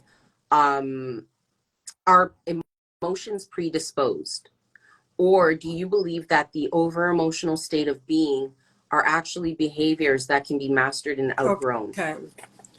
So empaths, empaths and very sensitive people, they actually have a higher level of emotional intelligence than others. Yes, yes.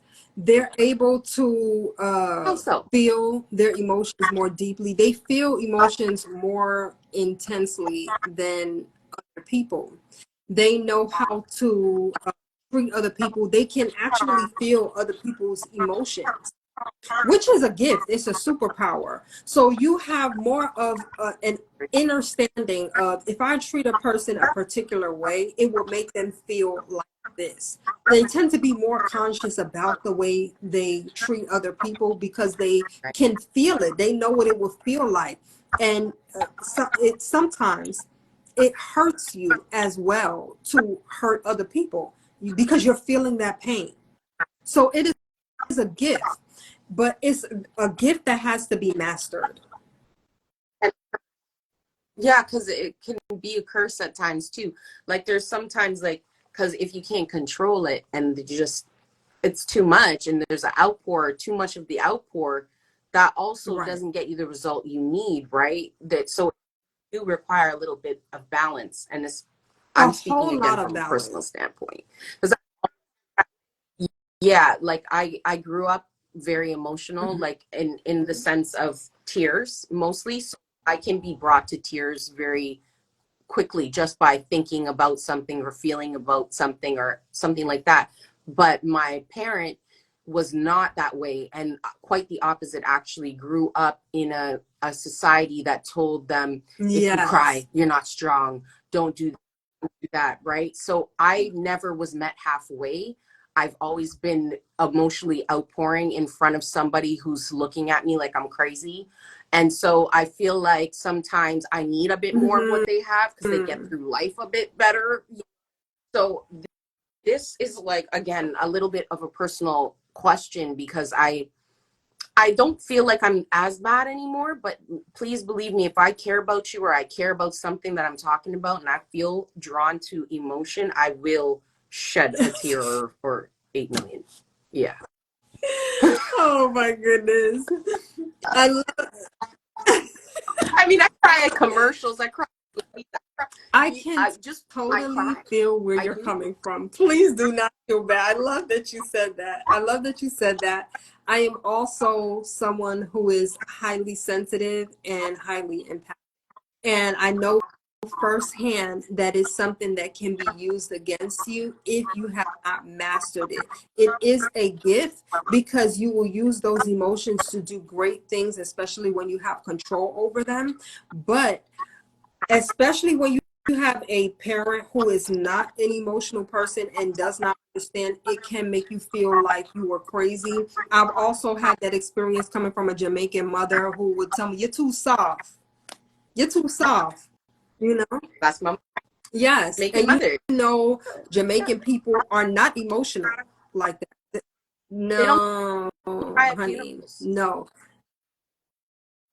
How do you do that? Like, how do you lose someone you care about and you don't shed a tear? Like, it's, for me, I don't even have to know you. The fact that I'm at a funeral and someone's going in the ground, I'm shedding Yes. tears. So, being an empath or highly sensitive person, it is extremely important. And I want to say it's imperative that you learn emotional mastery because it can literally save your life. It can literally save your life. So there's a difference between an empath who has good boundaries and who has healthy emotional control versus an empath or highly sensitive person who is unhealed, because they can get into Mm, forms of unhealthy attachment to other people. They can get into issues with yeah. codependency. Okay. They can stay in relationships where they are being abused a lot longer, and they are more prone to being abused when you are unhealed because it's good fuel. You being so emotional is great fuel for someone who is narcissistic or abusive. They enjoy being Talk. able to siphon off your emotions in that. So when they can make you cry and just lose it, and your heart is so big, they're eating it up. They're loving it. They're loving it. So Yeah. being an empath, Yeah, it's what was that? gas in their tank.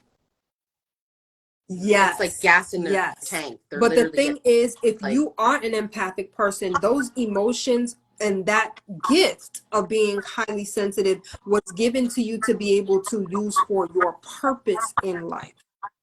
Very likely you are a healer, whatever way that comes up for you. But you can only do that properly if you master your emotions, because then you will develop proper boundaries. You will develop better standards for yourself. You will be more aware of certain abusive behaviors so that you can avoid it or so that you can respond to it properly. right. And you'll also be aware that Yes, we're a target. yes. Cats are Hmm. targets, like, for that reason. Like, narcissistic people with Hmm. narcissistic personality disorder Yes, specifically because they're target good empaths. fuel. They're the And best I type had, of fuel. yeah, had no idea. I'm Hmm. just out here in the world, a big heart, and then, you know what I mean? Right, So yeah, right, that's a whole other life. But yes, you are right. so So right. I Like, don't okay, necessarily even my God. recommend telling anyone that you are an empath. That is something for you to know and for you to use that superpower for your particular purpose and your mission here in life. It is for you to use those emotions when they Right. come up to fuel your purpose, to heal other people. But you do not want to wear your heart on your sleeve as an empath because of the type of world that we live in, where that will be taken advantage of. People will siphon your emotions off. And it's not, yes, absolutely. And it's not even when you say you don't want to tell people you're an empath, it's not even the speaking of it, like, oh, hey, I'm an empath. No, what it is you don't want to exude Hmm. all of that in front of just anybody. Yeah. that is, I think, where the emotional mastery comes in for an empath specifically. It's knowing when you're safe enough and in a safe space to be able to be received with your expression, and then knowing that, hey, I don't think that this person is emotionally available. Right. Don't be giving away all of Right. that to them, right? So it's that. It's the fact that you can't just be like all whatever with anybody, even though we feel like You we should. cannot do that. You cannot do Right. that because, as I said before, that it is a life-saving thing for an empath to master your emotion. There are a lot of people who end up deleted because they are so highly empathic, but they're unhealed. They're still sick. They're in a codependent state. They have unhealthy forms of attachment, and they're in relationship with people who are destroying them, and they never get out of that situation to the point that it leads to their complete demise. So if you are Oh my God. highly empathic, highly sensitive, it is imperative that you learn how to master your emotions. It's imperative. Otherwise, it will be used against you. And I learned that the hard way. So please take it from BaNAuset. Yes, it's the truth. That's the truth. So, okay.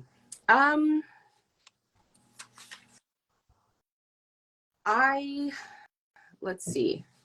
I guess I did want to give a little bit of a personal, I guess, account here. So I feel like, and this might not even really like totally relate to everything we had said, but I often don't extend enough compassion to people who have mistreated me, because I feel like if I can hold myself accountable and change my wrongful behavior, why can't the same be extended? And so I suppose I am subconsciously holding on to these not good emotions as a part of who I am. And There you right, go again, Instagram. Stop I hating. want to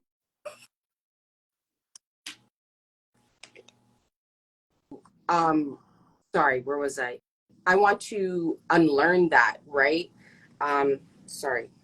I want to be able to extend compassion to those who purposefully harm me and may not know how to have emotionally sound resolutions.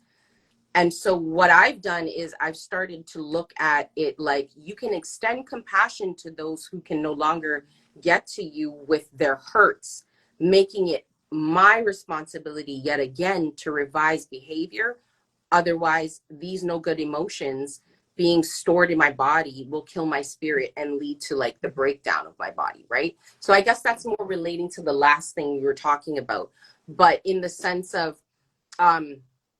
as an empath, I am compassionate, but I don't know how to be compassionate to people who are doing me wrong in my face, like basically playing in my face. But I feel like then the responsibility lies in me recognizing that they're just unable, they're not emotionally sound with resolving stuff the way how I can resolve stuff. So in doing, I can extend compassion then to even those who have hurt me, and that has helped me heal from a lot of this narcissistic abuse that I've been through as an empath. Because until you get there, they have emotionally dysregulated your emotions without you knowing until you've identified it. A lot of the times, the abuse emotionally dysregulates you. And I was to a point where I was so dysregulated in my emotions that it started physically showing in my body, like swollen thyroid, eyes, like all of these things. And I literally had to Google.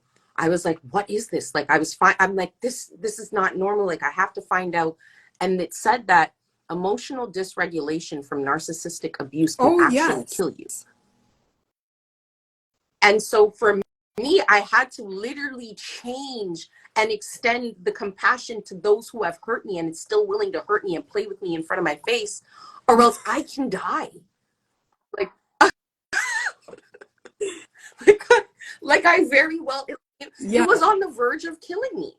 It was. Oh, Literally, I kid you I not. am 100% there with you in understanding what you're talking about. I completely understand what you're talking about, even in terms of not being able to have compassion for people who mistreat you, because I have been there at one point in my life as well, very early in my life, where um, I would kind of say, you know, if you did something to hurt me, I will hate you even after you die, because when you come to the table with a pure heart or an authentic heart and somebody just does you completely dirty or nasty, it's difficult to have compassion for them, because I already gave you all the compassion ahead of time. I don't have no more left for you.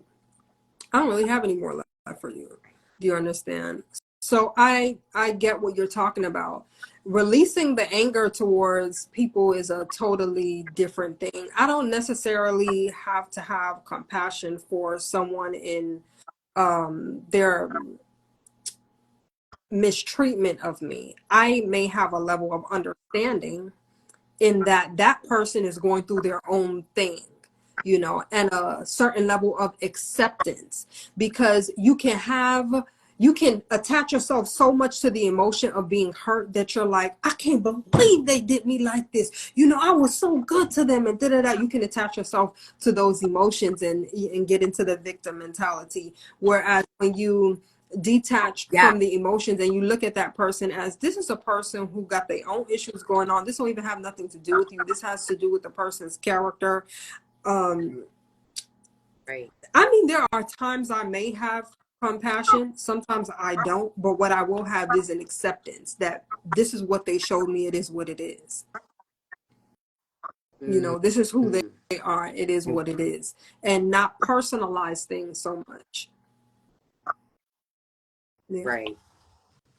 Yeah, and I brought that up too because I think it leads on the next question. Like, can you touch on emotional regulation and emotional dysregulation as it's linked to Yeah. the nervous Yeah, system it is regulation? directly linked to nervous system regulation. So when you talked about how you would get physically sick and completely break down from having those episodes of emotional dysregulation, it is completely linked to your nervous system regulation.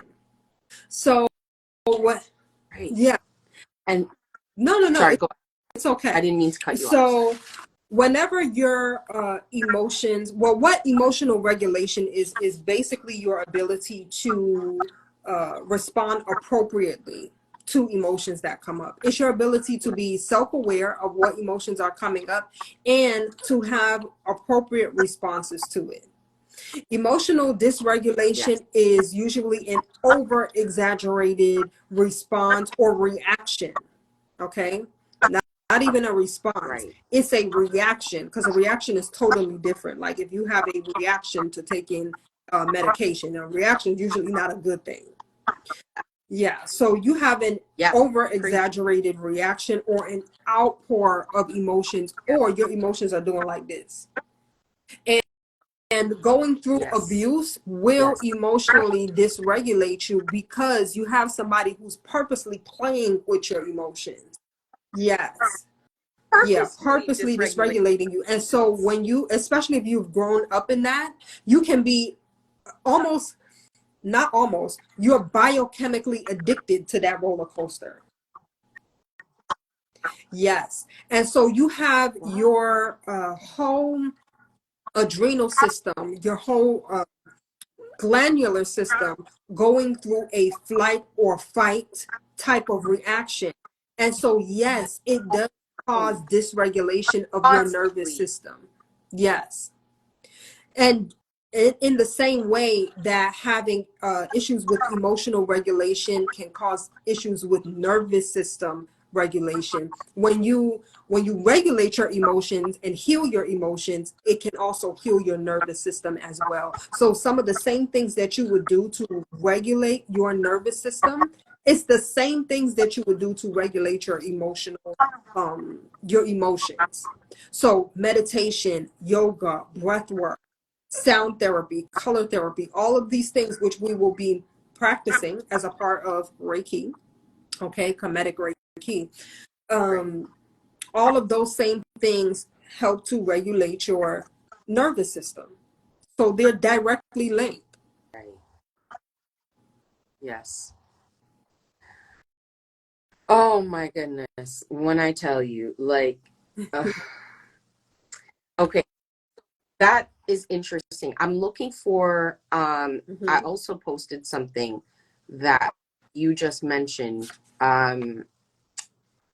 And I'm looking to see if I can just touch base on it.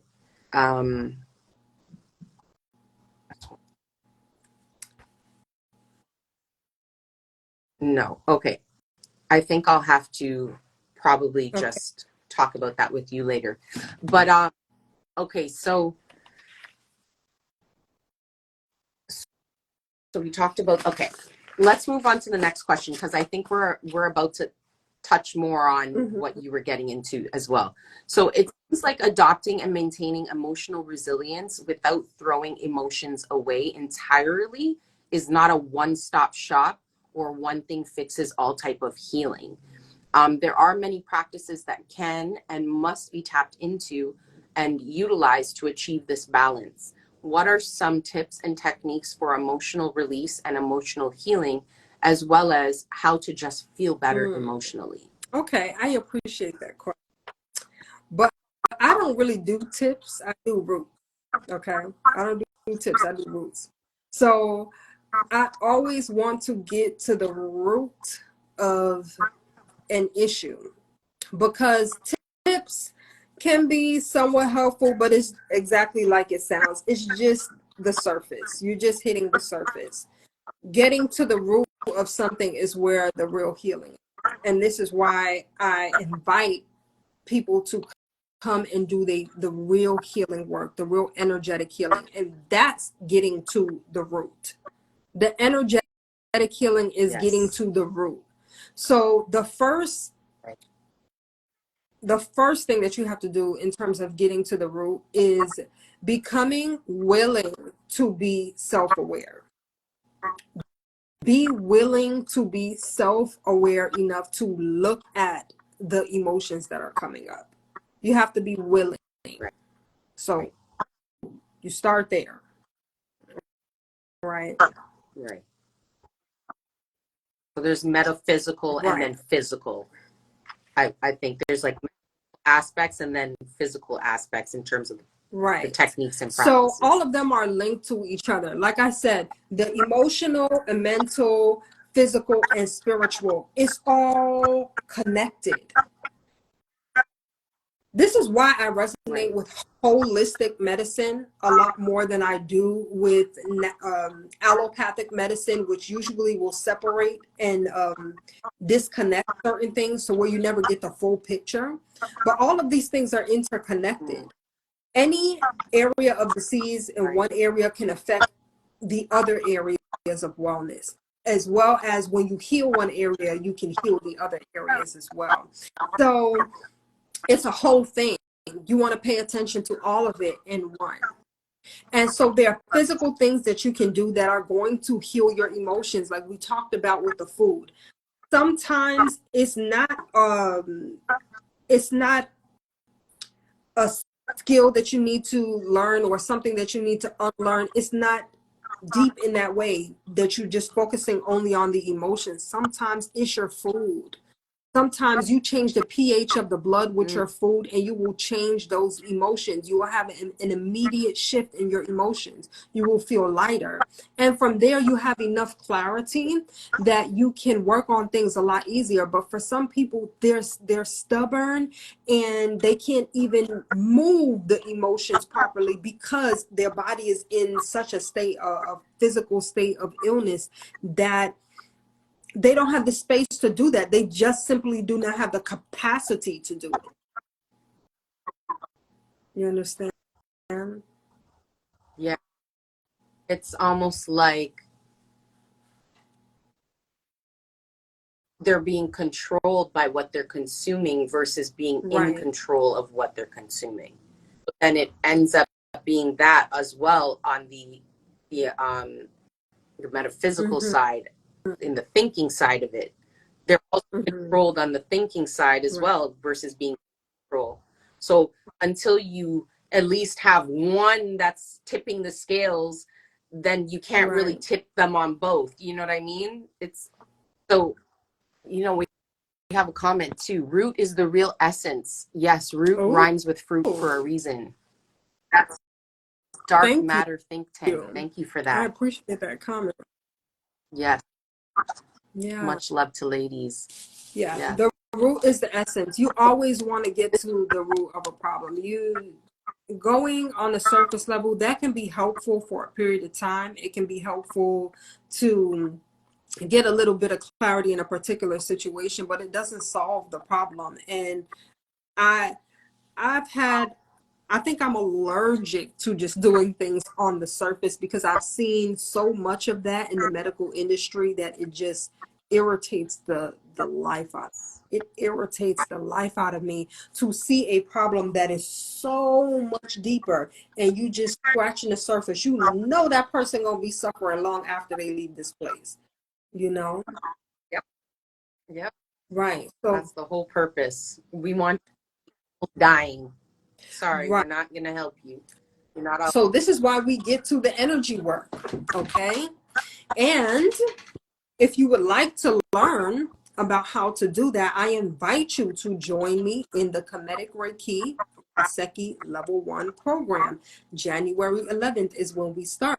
And right now, we have 5 more days where the price is in an early bird price.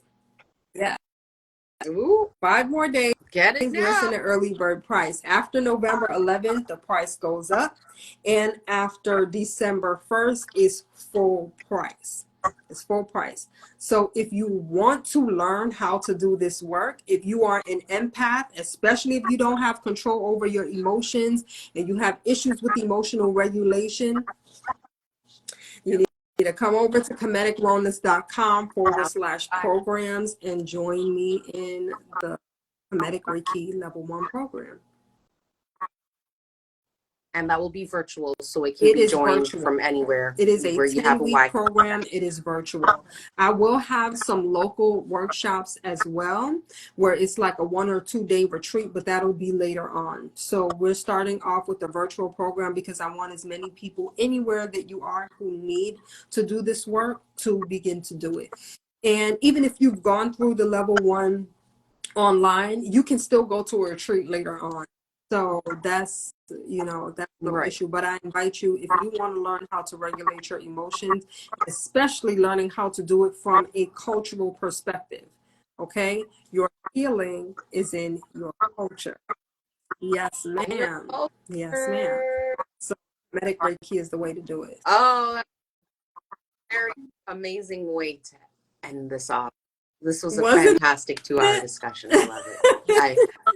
Yeah, the time just right by, and you know what? We didn't have that many glitches, A little so minor ones. we're good. We're blessed. Yeah, just a little minor one. We can get it out there, and we can affect so many more with all of this powerful information. I appreciate that. I just want to thank you so much for all of the love that you show me on my channel. I love how deeply you think. You really pay attention to the work that I do. You really think about it on another level. And I can see that you're actually working on yourself. See, goddess culture, she's a generous goddess, but she is also doing her own healing work. Okay, this is really about about the goddess, and I Yeah, love that you're yeah, taking your healing work yeah. and also sharing it with other people so they learn it. Yes. I don't want it because I feel like when we heal, right, it's almost like that same idea when you get money or you get rich. Unless you take Ooh, people with you, you're at the top by yourself. yes. Do you understand? So, and I'm not, Thank I'm not you. trying to be by myself. I want all in. I want all to get to the health and wellness. I want us all to do the self work and Mhm. be healthier. You know what I'm saying? Absolutely. And build communities of health.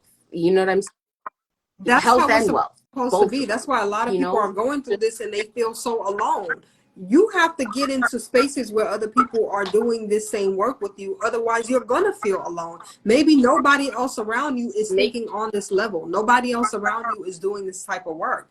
So the programs and the organizations that have these programs, that's where you're going to meet other people who can support you. That's right. And that's the whole thing of when you see greatness, instead of feeling some type of way about it, tap in. You know what I mean? We're here. We're ready. Yeah. We're willing. We will talk to you. Yeah. We will connect with you. You know, we can't shy away from one another. We actually have to, Right. you know, lean in more. And I think that that's basically what we're trying to do, is just open that opportunity and that gate for everyone to be able Right. to And lean you're in doing it with by each other. example, You because that's what you've done. You saw work that I put out and you were very interested and you continue to share with me. You share your thoughts about it. I love people who give me feedback. I absolutely love people who give me feedback and who ask me questions, because you help me to recalibrate and then also to help you better as well. You understand? So right, you just right, presenting these questions for us to have this right, discussion live, and for those who are tuning in to, leave us comments, ask us questions. Again, I apologize that I can't see the questions, but my sis got me and she's reading them off to me. So I appreciate everybody's feedback on the live. we got them all. Yes, and I would like to also give thanks to you for all of the work and the knowledge that you have, that you also are always willing to share. And I feel so thankful for our connection, and that we are able to um, keep building and keep working together. I think that a lot of the times it's not about following or fellowship on the Ooh, internet, it's about fellowship. And I think that that's what, snap it out, because yeah, that is exactly what we tapped into. And I think in a world full of clout chasers, it's good to actually be authentic and to show who you are, the good, the bad, the ugly, everything, because none of us are perfect, and even when we do see others that we perceive as greater than ourselves, we are just as great, yeah. and we deserve to be in those rooms as well. So, you know, um, just being able to get past that pattern of functioning that keeps us away Yeah. from building, um, is the main goal that I think I have in reaching out to others, and trying to make goddess culture a movement I love and that. invoke that I love that. spirit. I love that. It takes a very, very powerful So thank sister to recognize somebody else's light and not be intimidated by it, but want to learn from it, want to learn. Absolutely. So it's Absolutely. like a mutual Yes. exchange of energy. One of the things we do in the Kemetic tradition, when we say thank you, the term we use is dua, and we will usually do our hands like this. So yes, Dua, dua, dua. dua. And that is so that we are giving and receiving energy. We don't clap. We don't do like this. We go like this. We say dua. So dua and that. Yes. I love it. Don't you feel that? Give and receive energy. So I appreciate you. And I appreciate everyone who's on the live today. Thank you all for being with us. Exactly.